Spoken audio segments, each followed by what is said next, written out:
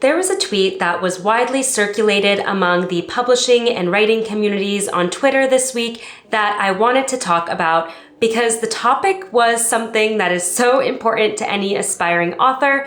What makes a publisher say yes to a book that they are presented? So this tweet said that traditional publishers have a specific set of 5 checkboxes that every single book they take on to publish has to meet, otherwise they will immediately reject the book. Now, this idea that there is a set of 5 criteria that every book needs to meet for a publisher to say yes can understandably be very discouraging to an aspiring author, because you might feel like your book is a little outside the box, maybe it doesn't fit the mold, and how are you supposed to know what these criteria are if publishers aren't sharing them, right? So many people across the industry chimed in with their perspective on this notion of 5 checkboxes, and many of them asserted that there is not a given set of criteria that a book needs to meet for a publisher to say yes. Because ultimately, the business of buying and publishing a book is so much more subjective and nuanced than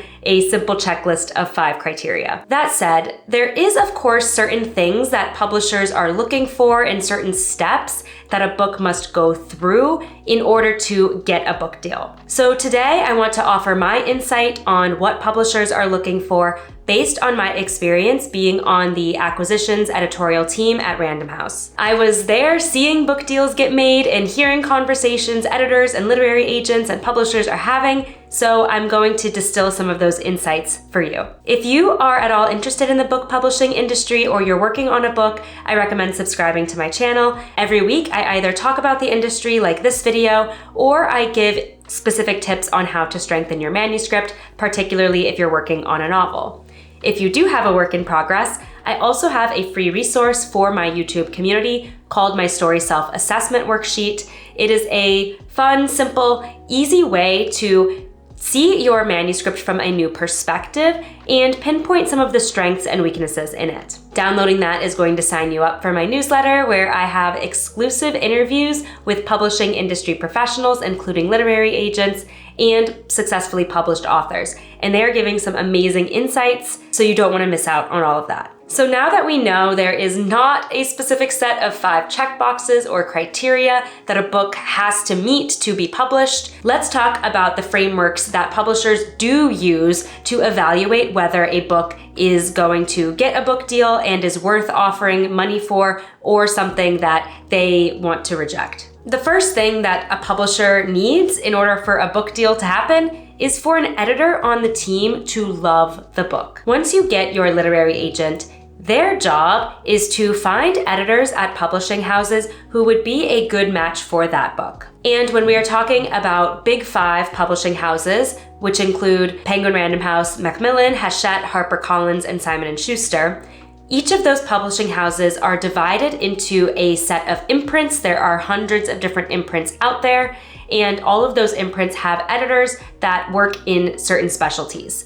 The literary agent will know what editors and what imprints your book might be a good match for, and then they will pitch your book to those editors, typically 1 editor per imprint. That doesn't mean they're going to ask all the imprints across all the big 5. That would be hundreds of imprints, and not all those imprints are going to publish your specific type of book.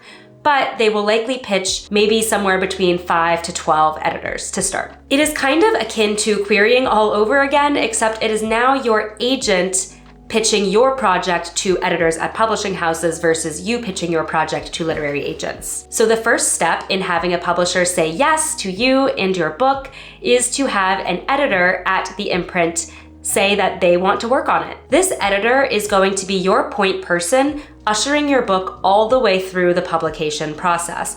And they will of course serve as your editor. So once an editor says to your agent, I would love to work on this, then your foot is in the door. But there is still a lot more that has to happen before a publisher is ultimately going to make you a book deal. So let's talk about the next piece that goes into a publisher's decision, and that is figuring out if your book is a fit for the imprint. I alluded to this earlier, but imprints across the big 5 publishers will specialize in specific types of books. That will be the bread and butter, what they are good at publishing, what they know how to publish. So for instance, one imprint might specialize in cookbooks, another imprint might specialize in commercial fiction like romance and mysteries, while another imprint might specialize in serious nonfiction or literary fiction. It is possible that the specific editor that your agent pitched did love your book and want to work on it with you, but they realized that it's really not the best fit for the overall imprint just because it's maybe not a genre that they feel comfortable working in, or your imprint just doesn't really have the infrastructure to support your book in the way that it needs to. It is very important that your imprint is ultimately a good match for you and your book, because the imprint is going to determine their approach to your marketing and publicity plans, the sales techniques they want to employ to get readers to your book. Even the cover design approach can vary imprint to imprint. So it is similar to trying to pick an agent. You want to make sure that the imprint has published similar books that you could envision your book sitting next to on a shelf. Now, your agent is going to be very, very helpful throughout this process because you as an author likely don't know all of the imprints unless you are obsessively looking in the front cover copyright page of a bunch of books in Barnes & Noble. You'll see the imprint's name there, but you likely don't know all of the imprints right now, and that is totally fine. Your agent does, and they will be a really good resource for you and will make sure that they are targeting imprints that they feel would be a good match. But sometimes it happens that an agent thinks an imprint is a good match and the editor doesn't think that the imprint would be a good match. Okay, so what happens when you have an editor who really loves the book and they have determined the imprint is a good fit? The next step that the publisher will go through to determine if they want to make you a book deal is getting the broader publishing team on board. So the editor's opinion is very, very important, but they are ultimately not the only decision maker on the team. Now they are going to get the higher ups at their particular imprint to weigh in. This typically happens during what we call an editorial meeting, where the editor will sit down with all of the other editors as well as the higher ups in the editorial department, including the editor-in-chief and editorial directors and the publisher, and there might also be marketing people in that meeting as well. The editor will present the book and talk about why they like it, talk about why they think it is such a good fit for the imprint, why it has so much potential, and then they will get secondary reads, typically from the editor-in-chief, editorial director, or publisher. Those other people will then weigh in and share their thoughts with the editor on whether they agree that this book is really good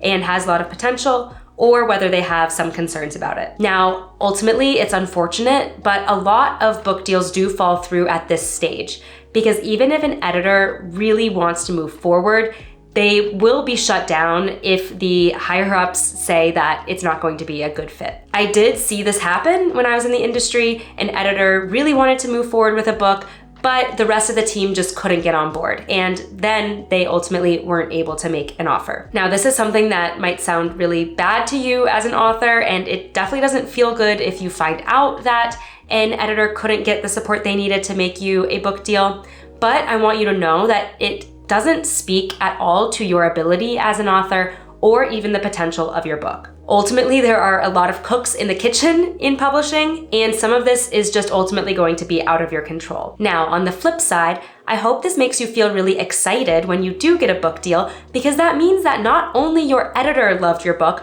but all these other people at the publishing house also agreed and also love it. They believe in your book and its potential. So now, once we've gotten the support of the editor and the imprint and the rest of the team, now what is the kind of final aspect that the publisher is going to look at? They're going to determine if the financial model shows profitability for publishing this type of book. Now, we don't think of publishing houses being really data-driven or even financially motivated, but at Big Five publishing houses, which are ultimately huge corporations, profit really does matter. And this was something I was surprised to learn about when I got into the industry. So every book that is being considered for publication will have a profit and loss statement created for it. This is a financial model that is a projection of how much money the publisher thinks they can make from publishing this book and selling a certain amount of copies. and it helps them determine what advance they can offer you as the author, which is the sum the publisher pays you for the rights to publish your book. Basically, the financial analyst at the publishing house will fiddle around with numbers to see how many copies would need to be sold at what price to get a certain profit, and then how much the author would get paid based on that profit.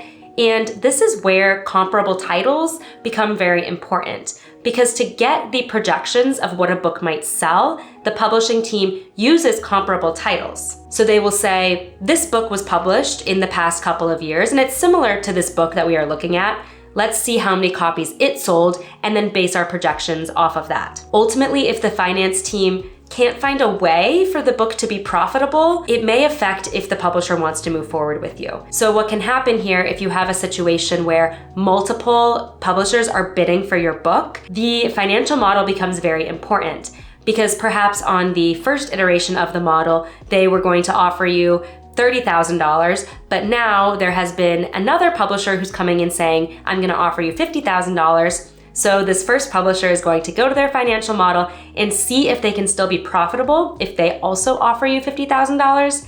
And if their model is not showing that, then that could affect their decision.